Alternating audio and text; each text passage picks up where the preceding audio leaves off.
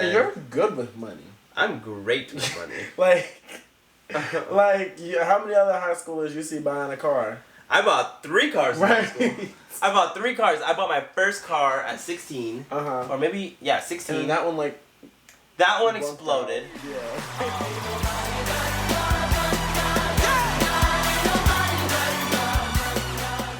What's up, y'all? Welcome back to my channel. My name is BJ GRANVILLE. Thank you so much for tuning in. And so today, we're going to be doing episode 3 of the Summer Vibes podcast. Now, the guest I have on today's channel, he is director, performer, low-key choreographer, because he's taught me a few things. So I'm just gonna go ahead and invite him in. This is Mr. Gabriel Bermudez. Boom. Okay. I'm gonna stand there. Welcome back. Welcome to the show, Gabe. Thank you. So this is the Summer Vibes podcast.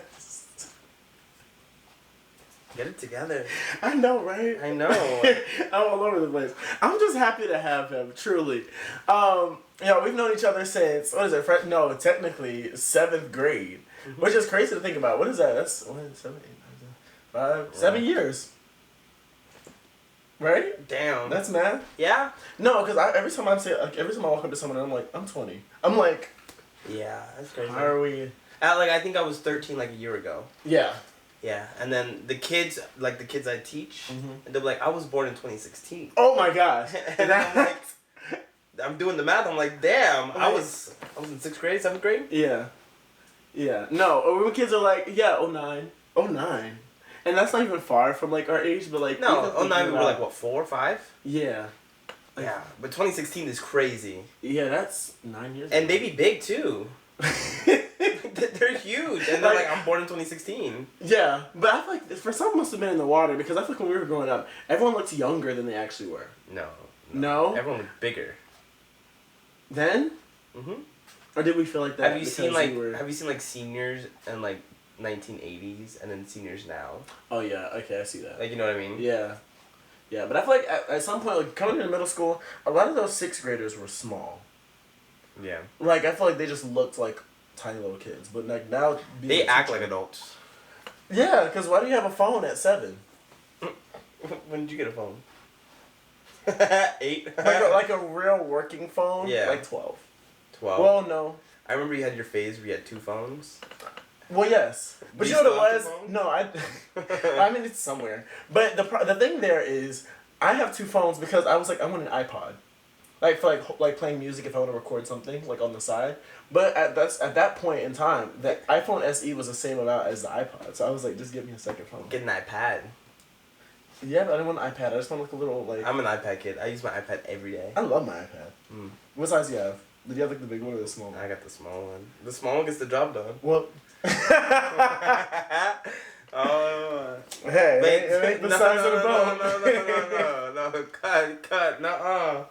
I didn't mean to do myself like that. No. Well, because it looks like. Yeah, that looks like I got the small iPad. Nuh-uh. Well, I mean, I have the bigger one. Yeah, right. So. But yeah, this is the Summer Vibes podcast. I've been meaning to ask you. So what do your summers look like? What do my summers look like? Yeah, what do you do during the summer that you probably don't do any other season? Nothing. Nothing? Wait. Don't you teach? Yeah, I'm joking. I teach. I teach all summer instead of just 1 week during the summer. So yeah, I love it. It's really draining though. I love it.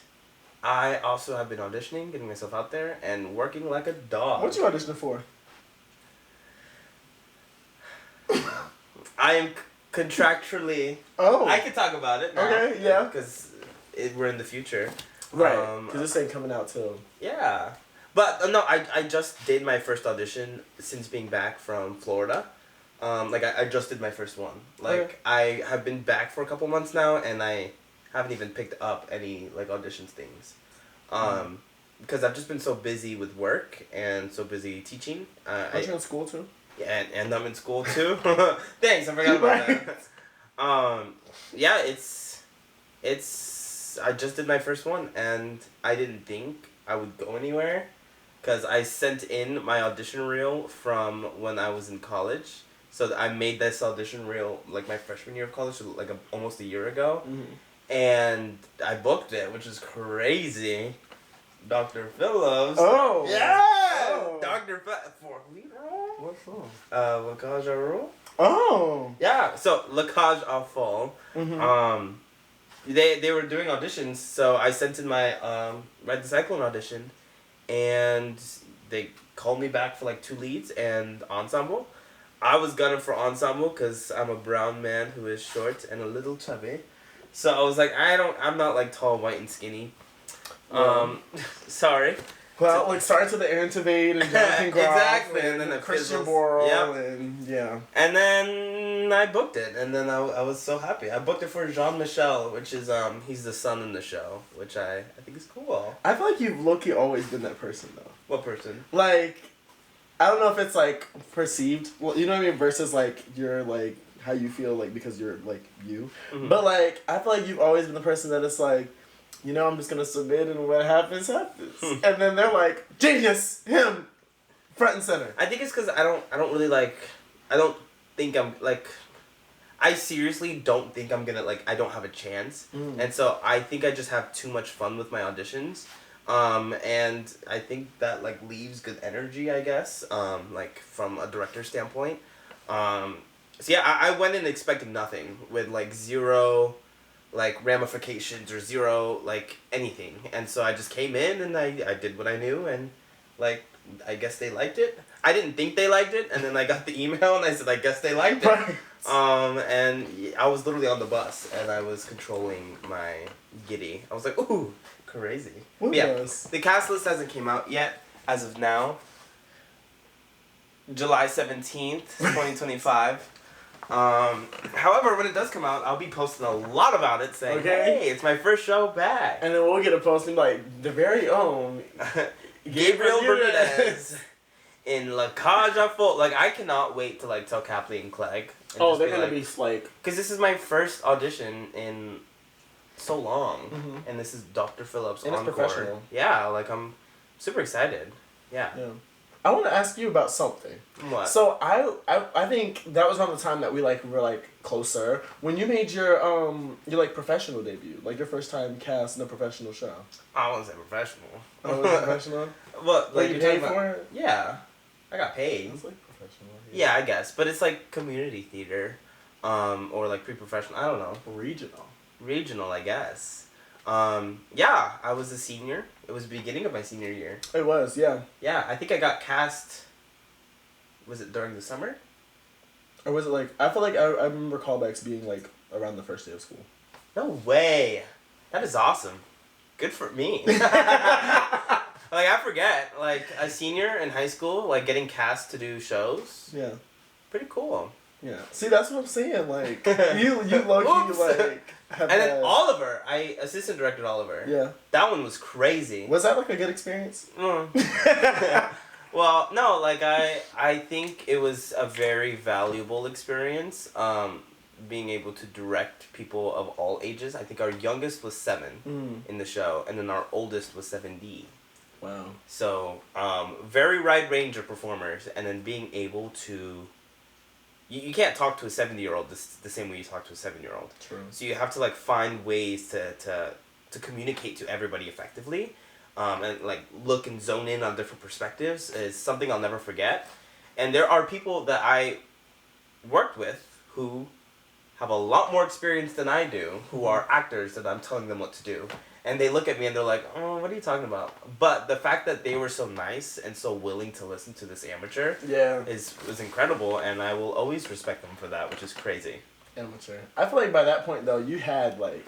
No. You had directing experience. I had some experience. I directed... I was simultaneously directing Lafferty's and Oliver at the same time. Yeah, you were busy. So... You were booked and busy. I was getting my first experiences, like, all in one time. And all in 1 year. Months after getting cast in Frankenstein. Young Frankenstein. Yes, I loved Young Frankenstein. That was such a great experience.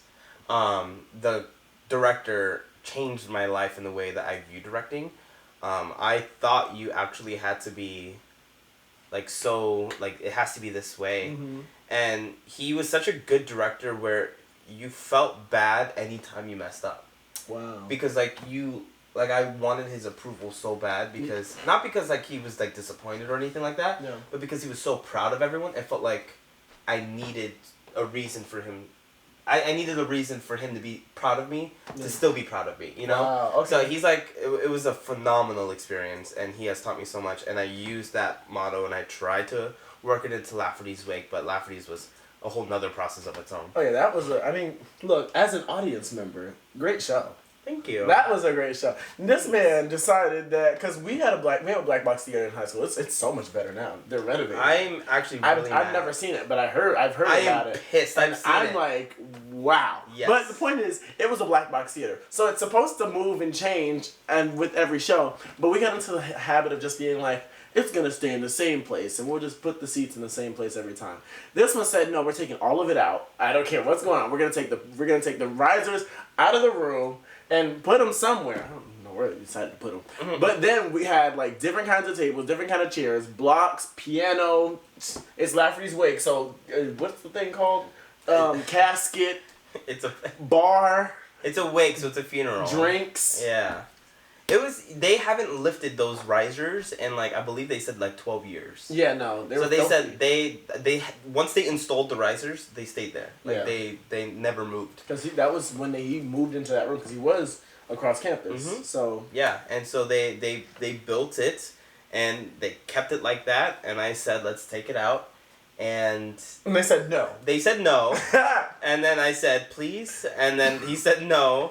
And I got Clegg so many crumble cookies, he had to say yes. Well, there you go. I think I made him diabetic. My bad. No, I think he was already... He was already diabetic, but I wasn't helping. Because I think it might have been like... Because notice the year when I left, he lost so much weight. Well, yes. Yes. Well, yeah, I saw him recently. I taught at... He was skinny! Very. He was skinny. And, like, he was already, like, getting skinny. You know what I mean? Yeah. But, like... And he's been through a lot this year. Yeah. Regardless, etc. Mm-hmm. But, like, he looks great. Yeah. Like, and not that he didn't look great, but he's better than himself. And my favorite is he's like, you look so good right now. And I'm like, why are you talking, Clegg? You look great. Like, I feel like it's giving, like I feel like everything he just, yeah. Yeah, he's in his handsome era. Fine wine. When did you teach at Start? When was that? I didn't teach at Start. We've never taught at Start, or guest artists or nothing at Start. You did Start, though. I did start, but I didn't really. I liked it the first 2 years, but then after the first 2 years, I left. Not like anything bad, but it was just like I started teaching camps. I was gonna say you started teaching, yeah. And so like I started teaching camps like a lot, and then I just didn't have time to do Start, help out with Start, and so I really liked Start because you would push the boundaries of what art was, and you were always. And this is like those formative years of me in middle school. Oxa was made to kind of like spiderweb into different art forms. So even if you were a dancer, you still would do chorus. Yeah. You know, if you were a vocal major, you would take a visual art class. You know, like you were ingrained to try all of these new different arts and relate it back to the art that you love and is your home base. Like the reason why like Mr. Capley taught that and he enforced that into me. Like That's so interesting. We were creative writers, but we had to learn to be actors. And you can instantly see, once we became actors, we instantly became better at story creating, at poems. We were better at playwriting. We were better at everything. And they've started straying less from that lately. And so Start was like the big one of like, you have to do all of these different classes, and it helped you build yours truly. And I remember Carswell was doing Start too. He was in my group. It was like Tom Blythe, Mr. Carswell. Yeah. Just crazy. That's how he picked me up to do chorus my 8th grade year. Oh. And that class was that was something else. I still remember some of the songs, which is crazy. No, yeah. I feel like, but Carswell's a teacher in general. He's like that teacher that like you can kind of hear a little bit of his voice. Yeah. When I heard he was singing Into the Woods, I freaked out because when I was in chorus, my voice was terrible. And he would like get mad at me, and it was because my voice was changing, and I didn't really know how my voice was working. and so he has all these beautiful chorus sounding students, and then he had me. But it was those formative years. Right, that shaped. And it's funny you say that too, because I feel like from the dancer perspective, for the record, like, he was a creative writing major and I was a dance major in, like, middle school. Yeah. And we both ended up moving to drama later on. But it's interesting that you say it that way and that Kathleen engraved that into y'all. Mm-hmm. Because dance-wise, like, Dr. Austin, like, she talked about that with us. Mm-hmm. But, like, Brunson was so, like, dancers. Mm-hmm. You know what I mean? This is what we're doing today, and this is what that I feel like if I hadn't have branched out myself, mm-hmm. I wouldn't have found that same, like, knowledge. No, I think Capley really understands what an artist is.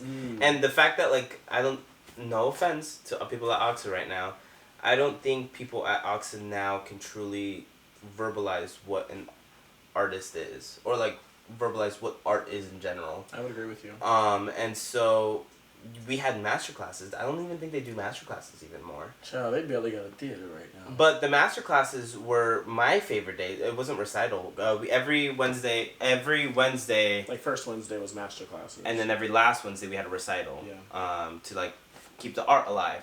And the first Wednesday was master class, and they would get two different teaching artists. Yeah. They'd get, like, the visual arts teacher, and they got, like, the band teacher, and then they would teach something together. Yeah. And they would say, like, how color in visual arts is the same as tone in band and orchestra, and it was always this, like, interesting, like, you're such an educator. Me? Yes. No, I'm sorry. Like, I can quote so many things you say. But yeah, like, tying those things together and being like, do you remember that? Art doesn't exist in itself without, like, other like you know, like, being human informs mm-hmm. art, and art informs, like, humanity. So it's like, and that's why I love musical theater, is because it is the easiest, most low thought way to incorporate so many different arts. It's easy. Like, you don't have to really think about it. Like, there's song, there's dance, there's acting, there's visual art, music, and there's music. All of them. There's technical theater and creative technical writing. elements. Yeah. It's the easiest way to put together all of these different art forms. Now, doing different art forms like creative writing and band and is a little bit harder. Yeah. And doesn't get as much attention. But musical theater is, like, the easiest way to put it together. Because when musical theater blows up, like, it's like you can catch people that are like, I love music and I love the music in this show. Mm-hmm. You know what I mean? So they go see the entire production for the music and end up loving something else. You know? Or, like, dancers that love dance that go see it and they're like, oh, I like that song. Like, I feel like you said, it's the easiest way. Yeah. Where were we? Start, and then you said you were teaching at Start? Yeah, I was teaching at Start, and then... How did you like it? Like, what was your... I mean, I love the teaching side. Mm-hmm. Not just for the check, but, like, working with the kids. I feel like... And this is, like, my perspective, because I'm going to talk to you about college next. Yeah. But, I think there's a world where...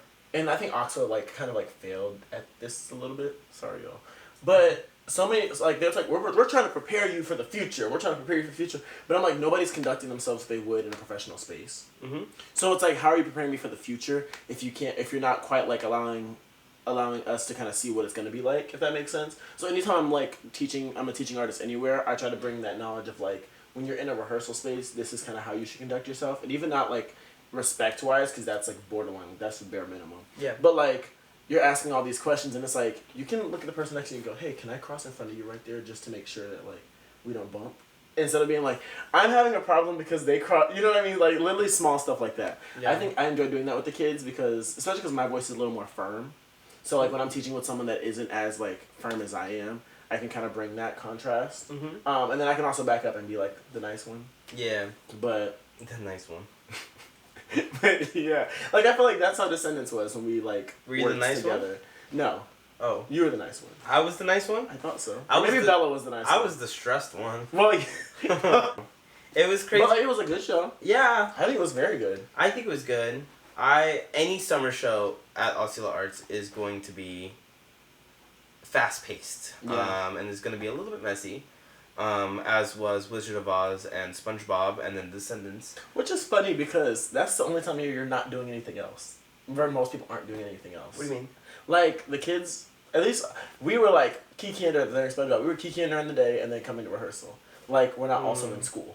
Yeah. Is what I'm getting at, I guess. Yeah. So it's like, I feel like your art should be, like, kind of sort of, like, more thriving. But at that time, I was doing summer camps and Descendants. Yeah, so I was went at the straight through. theater like for so long, and I got sick. Do you remember? Yeah. And you and Levante covered for me at summer camps. Yeah. Because I had Descendants, which thank you guys. This is where you can be. I've learned so much from it, and doing it for 4 years, like consecutively, I think I like every. Yeah, I think it just gets better every year, or not even like better. It's just like, it's just different every year, and I really like that. Yeah, that one was a struggle, because it was my first one, but not first one. It was probably like my second year, so I was still like learning the ropes. And it was your first one, right? My very first one. Your very first one. That was my first time, like, cause it was like a 2-week thing. Yeah. And it was like an intensive. Was that a smaller camp? Yeah. What were we talking about before the camera died? I don't remember. Theater, little kids, teaching kids, struggle bus camp. Our camp. So we did This Is Me, and we was like, you know what, we gonna sing. I think it was Levante's idea, being like, so we just gonna grab a mic, each of us, and we'll just sing the verses and let the churn just come on in.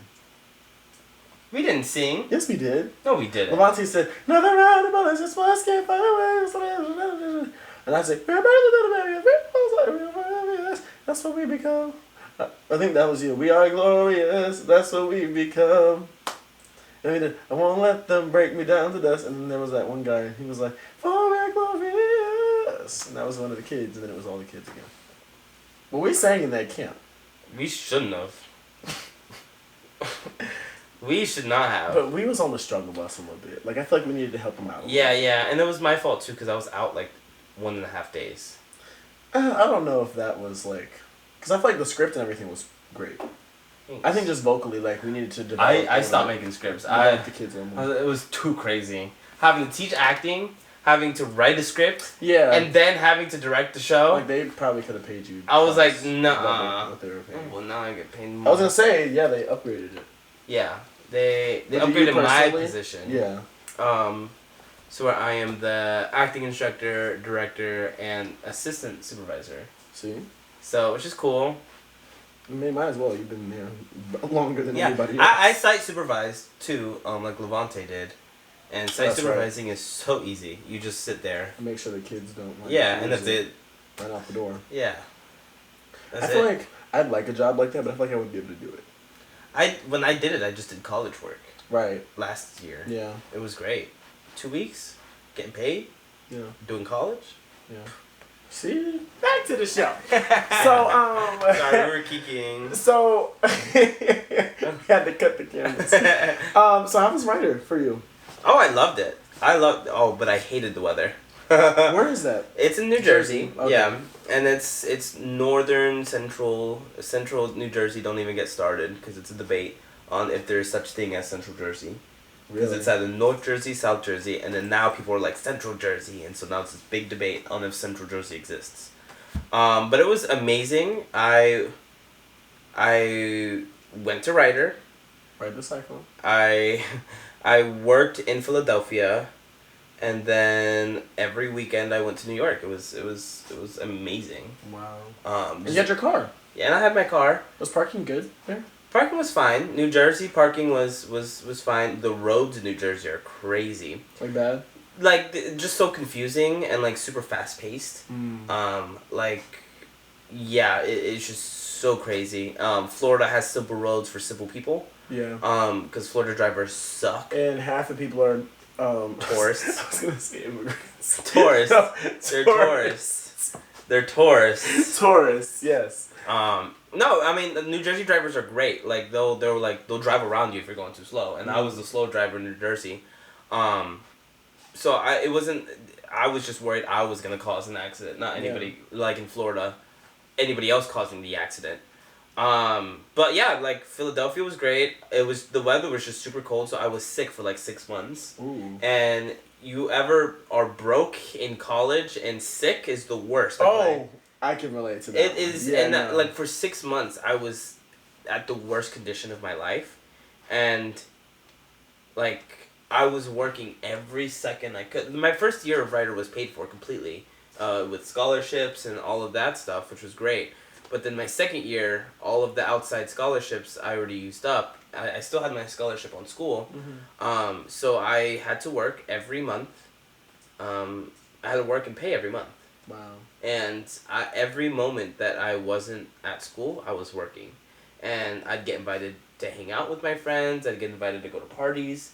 And I'd have to say no because I was working so much. And then I'd get invited to do all of these theater opportunities. And, like, I love theater. Like, that's my passion. But I wasn't able to do it unless it was part of my class. Like, if it wasn't part of my curriculum, I had to say no. Wow. Like, after Ride the Cyclone. Because I got to a point where I saved a lot of money my first year, which was great. But then And you're good with money. I'm great with money. How many other high schoolers you see buying a car? I bought 3 cars in high school.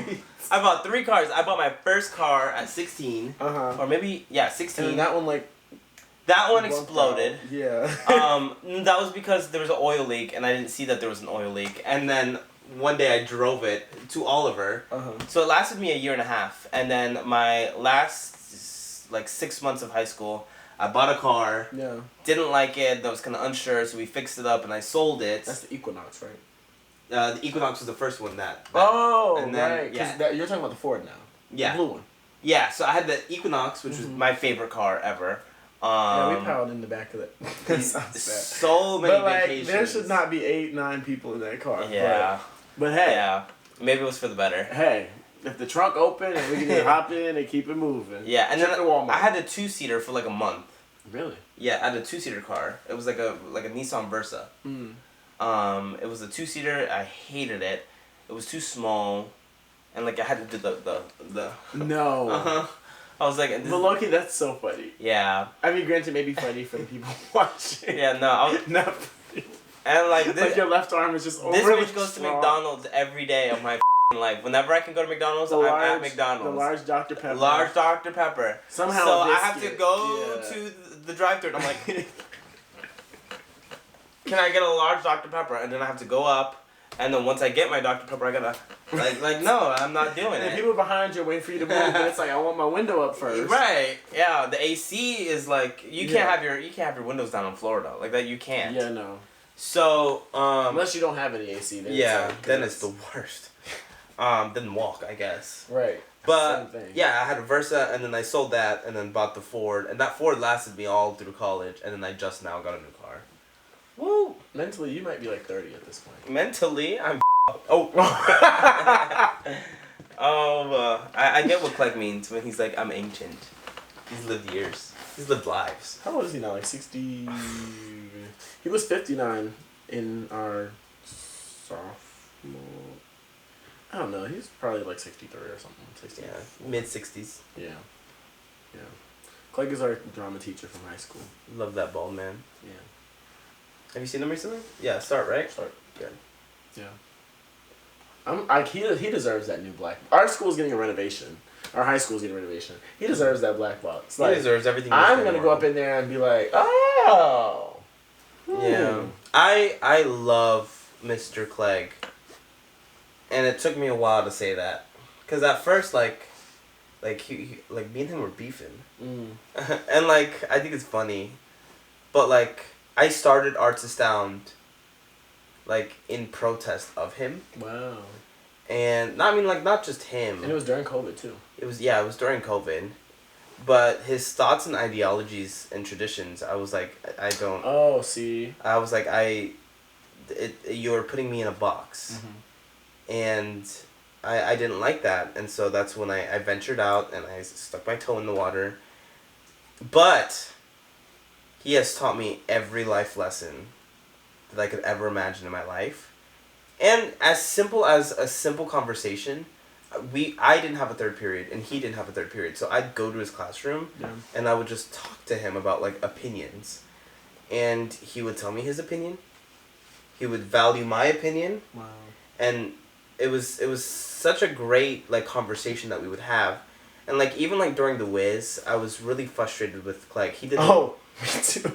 He did the Wiz. Oh, and Lord. His argument was, well, the It's point of the Wiz is you're not segregating And he goes, you can't segregate the cast. And you can't discriminate against anybody who is auditioning. And I said, but it's not discrimination if it's against. And I've had this conversation and it would go in circles. Yeah. But he valued my opinion. And he said, you know what, Gabe? This is why I love Clegg so much. And he goes, I do not disagree with you. And I believe every opinion that you are saying right now is valuable. And you should believe yourself. He goes, if this is a production that you feel so passionate about, I think that in the future, you need to produce this with your opinion and your vision because he validated it and he told me and it was just such a brilliant. I mean, not the show. The Wiz show is amazing, but his Wiz, I was like, eh. Look. The choreography was terrible. I'm joking. LOL. No, that was like my first.